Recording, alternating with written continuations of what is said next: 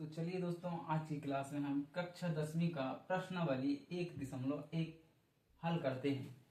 तो चलिए दोस्तों शुरू करते हैं। दिया है पहला क्वेश्चन, निम्नलिखित संख्याओं को अभाज्य गुणनखंडों के गुणनफल के रूप में व्यक्त करना है। ठीक है दोस्तों, तो इसमें दिया है 5 सवाल, मैं अभी 3 ही उतारा हूं। तो इनको हल कैसे करना है।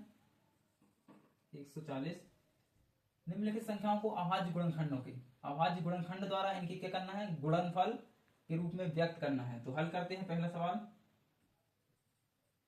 हल 140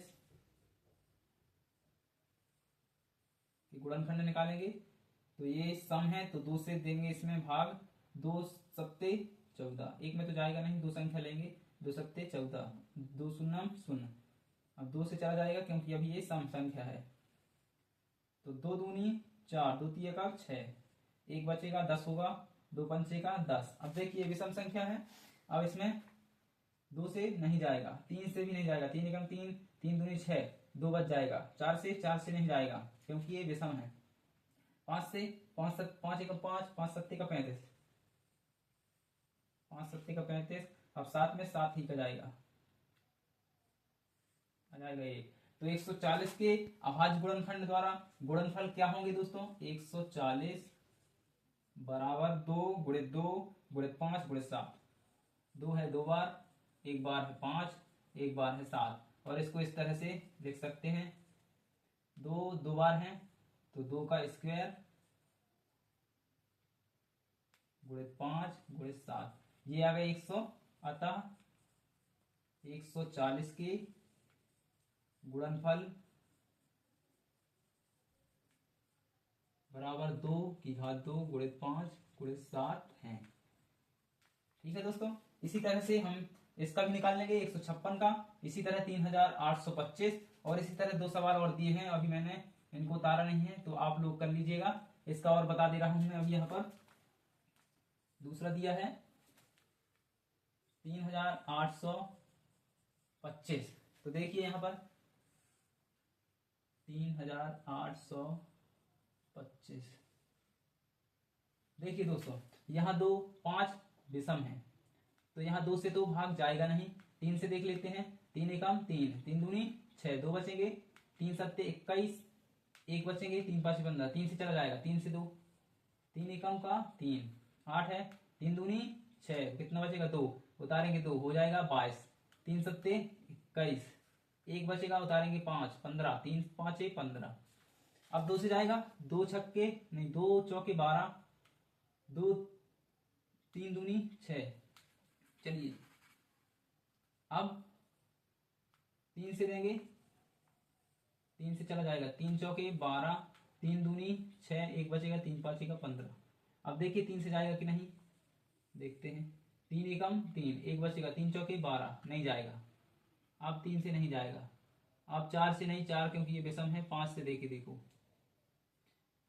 एक में नहीं जाएगा, 2 संख्या ले लो, 5 अट्ठे 40, 2 बचेगा, 5 25। ठीक है, अब यहां से 5 से फिर देंगे, 5 एकम 5, 2 बचेगा नहीं, 3 बचेगा, 5 सत्ते का 35। अब सीधे 17 का आया तो 17 का 17 ही जाएगा, 17 एकम 17। तो इसके गुणनखंड क्या निकल कर आ गए, 3825। 3825 के गुणनखंड 3 गुणित 3 गुणित 5 गुणित 5 गुणित 17। अब इसको इस तरह से लिख सकते हैं, से गुणनफल 2, जिसका जोड़ा बन रहा है इसको घात लिख दो, वर्ग 3 का वर्ग गुणित 5 का वर्ग और गुणित में 17। ये हो गए दोस्तों इनके गुणनफल। चलिए अब दूसरा सवाल करते हैं। ये हो गया, इसको अच्छे तरीके से कर लीजिएगा और बची हुई सवाल चलते हैं दूसरे प्रश्न में। तो देखिए दोस्तों, दूसरा सवाल दिया हुआ है, एचसीएफ और एलसीएम ज्ञात कीजिए और उनकी जांच कीजिए कि 2 संख्याओं का गुणनफल एचसीएफ गुणित एलसीएम है या नहीं। ठीक है दोस्तों, तो क्या करना है, एचसीएफ और एलसीएम पहले ज्ञात करना है इन संख्याओं का, और फिर उनकी जांच करना है कि दोनों संख्याएं मिलकर एचसीएफ और एलसीएम के गुणा के बराबर हैं या नहीं। ठीक है दोस्तों, तो चलिए इसको हल करते हैं। हल दिया है 26 और 91, इनका अभाज्य गुणनखंड ज्ञात कीजिए। 26 2 से 2 एकम 2, 2 तिया का 6, 13 आ गया, 13 एकम 13। इसी प्रकार 91 का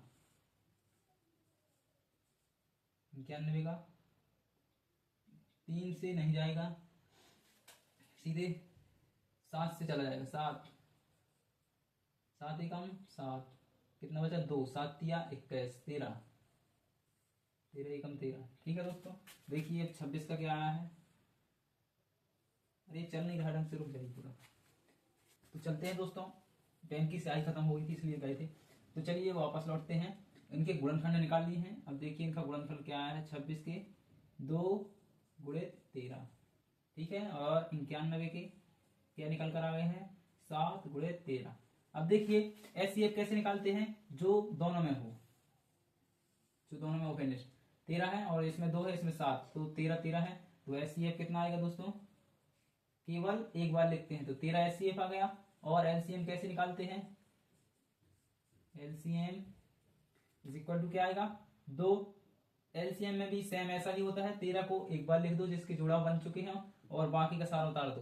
13 गुणित 2 और यहाँ बचा है 7, ठीक है। तो एलसीएम क्या आ जाएगा 7, 13 दूनी 26, 26 सत्ते गुणा करके देख लीजिए।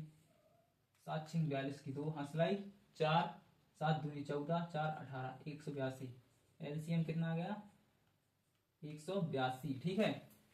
अब क्या दिया है, जांच कीजिए कि दो संख्याओं का गुणनफल एचसीएफ गुणित एलसीएम के बराबर है या नहीं। तो ये दी है दो संख्याएं, ये वाली, इनका गुणनफल इनके और एलसीएम और एचसीएफ के गुणनफल के बराबर है या नहीं, जांच करनी है। तो देखिए संख्या मान लीजिए n1 इंटू n2 और क्या दिया है HCF into LCM, HCF into LCM, ठीक है। तो गुणा कीजिए, n1 कितना दिया है 26 गुणित n2 91 बराबर में एचसीएफ 13 गुणित एलसीएम 182, ठीक है। अब इनको हल करना है और देखना है ये बराबर है कि नहीं। बराबर है तो जांच हो जाएगी। तो यहां देखिए, तो यहां पर गुणा कीजिए 26 कितना जाएगा, 1 छक्के 6, 1 दूनी का 2, 9 छक्का 54 की 4, हंसलाई 5, 9 दूनी 18, 18 5 23, कितना आएगा दोस्तों 6, 4 2 6, 3 का 3 और 2 का 2, 2366। और बराबर में इनका 13 दूनी 26 का 6, हंसलाई 2, 13 अट्ठे 104 और 2 106 का 6, हंसलाई 10 बचेगी। 13 एकम 13 और 10 का 23। देखिए 2366 बराबर 2366, ये हो गई जांच। तो क्या आ गया दोस्तों, एचसीएफ और एलसीएम की जांच हो गई। तो एचसीएफ गुणित एलसीएम बराबर में इतना ही आया। इसी तरह और आगे के सवाल बताएंगे दूसरी क्लास में। तब तक के लिए आप सभी का धन्यवाद। तो वीडियो अच्छी लगे तो वीडियो को लाइक कीजिएगा और चैनल पर नए हैं तो कृपया सब्सक्राइब कर लीजिएगा।